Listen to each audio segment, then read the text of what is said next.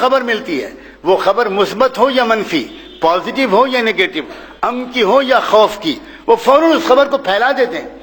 اور آج کل خبر کے پھیلانے کے جو سورسز ہیں، ایس ایم ایس کے ذریعے اور میسیجز کے ذریعے اور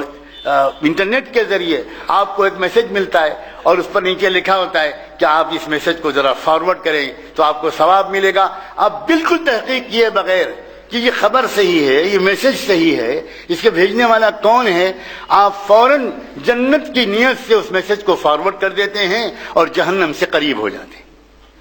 یہ نادانی ہے، یہ غلط بات ہے۔ قرآن مجید ایک ادب سکھاتا ہے، وَلَوْ رَدُّوهُ، صاف فرماتا إِلَى الرَّسُولِ وَإِلَى أُولِي الْأَمْرِ مِنْهُمْ، تمہیں کوئی میسج ملے، تمہیں کوئی پیغام ملے، قرآن کہتا ہے، یہ میں نہیں کہہ رہا ہوں، میرے استاد اور میرے پیر نہیں کہہ رہے ہیں، کوئی عالم دین نہیں کہہ رہا ہے، کسی جماعت کا امیر نہیں کہہ رہا ہے، قرآن کہہ رہا ہے کہ تم کو کوئی میسج ملے تو پہلے تم اس کو رسول کی طرف، یا اگر رسول نہیں ہے الی اولی الامر، تو پھر جو قرآن و حدیث کا گہرا علم رکھتے ہیں، جو اہل حل و عقد ہیں، جو ویژنری لوگ ہیں، جو سمجھدار لوگ ہیں، ان سے پہلے مشورہ کیا کرو کہ مجھے یہ کہا جا رہا ہے، مجھے یہ کال دی جا رہی ہے، میرے پاس یہ میسج آیا ہے، میرے پاس یہ خبر آئی ہے، مجھے کیا کرنا چاہیے۔ قرآن کا حکم ہے یہ، اور قرآن مجید یہ بھی ادب سکھاتا ہے کہ مومنوں کی صفت یہ ہے کہ اذا ذکروا بآیات ربہم لم یخروا علیہا صما وعمیانا،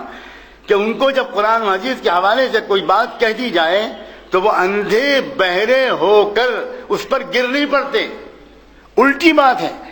آپ یہ ایکسپیکٹ کر رہے ہوں گے کہ قرآن تعریف کر رہا ہے ہوگا ان لوگوں کی کہ جہاں اللہ رسول کے حوالے سے کوئی بات کہہ دی گئی بس ایک دم فوراً قربان ہو گئے۔ قربان جائیں قرآن مجید کی متوازن تعلیم پر کہ قرآن نے یہ سکھایا کہ نہ، تم کو ہزار قرآن کے حوالے سے کوئی بات کہی جائے، لم یخروا علیہا صما وعمیانا، اندھے بہرے ہو کر اس پر گر مت پڑنا، پہلے تحقیق کرنا، پہلے معلوم کرنا کہ یہ بات صحیح ہے، واقعی قرآن میں ہم سے یہ